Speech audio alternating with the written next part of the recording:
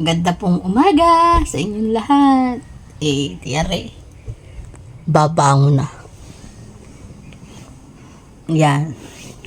Ngayon ho, ay ako'y magsisimba doon sa ibaan.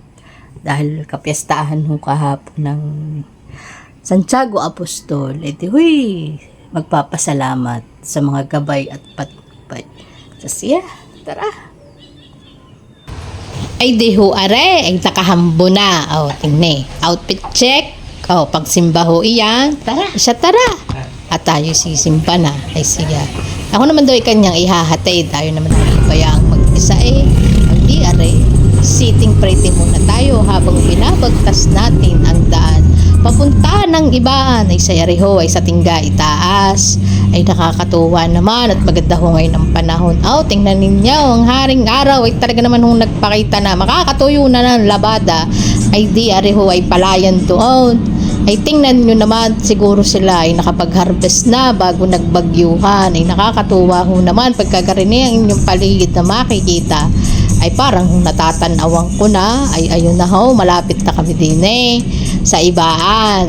Yan, tanaw na. Ay di ho kami, ay liliko din Ayan, sa palikuhong yan, ay nyo matatanawan ngayon ang turi ng simbahan. Ayun na ho, ang simbahan ng Santiago Apostol Parish. Katapat ho niyan ay ang Municipal Hall ng ibaan. Ay ako ho ay nagbabayad diyan ng amilyar. Ay magbabayad din naman. Diga ho, katapat ho niyan ay simbahan.